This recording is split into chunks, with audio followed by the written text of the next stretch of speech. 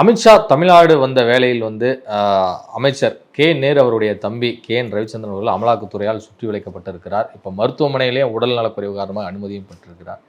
So இது எல்லாமே பார்க்கும்போது கூட்டணி கணக்கில் ஆப்போனண்ட்டை நம்ம கடுமையாக அட்டாக் பண்ணணும் அப்படிங்கிற ஒரு யுக்தியாக எடுத்துக்கலாம். ஆக்சுவலி அப்படி இருக்கக்கூடாது, ஆனால் அப்படி தான் இருக்குன்றது தான் நிதர்சனமான வருந்தத்துக்கு விஷயம். ஒரு பக்கம் திமுகவில் டிஆர்பி மேலே ஒரு கேஸ் இருக்குன்னு சொல்கிறாங்க. அவர் உள்ளே போகிறாரு. அண்ணாமலை ரீசெண்டாக ஒரு ஸ்டேட்மெண்ட் கொடுத்துருந்தாரு. அதே மாதிரி பார்த்தீங்கன்னா செந்தில் பாலாஜி மேலே ஒரு கேஸ் நிலுவையில் இருக்குது.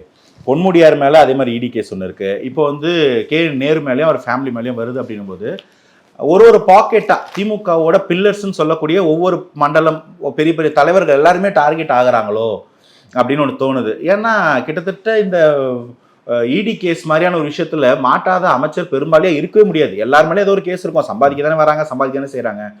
அது பர்டிகுலராக இந்த டைமில் வரும்போது எல்லாரும் சொல்கிற மாதிரி இடி மத்திய அரசின் கைப்பாவையாக தான் செயல்படுதோ அப்படின்ற ஒரு கேள்வி வரதான் செய்யுது.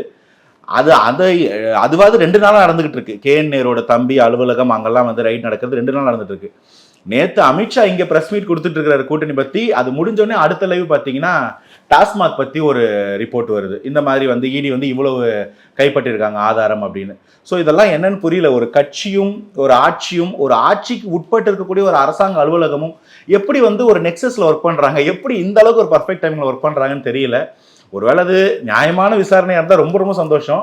அப்படி இருக்காது அப்படின்றதா ரொம்ப பெரிய கேள்வி.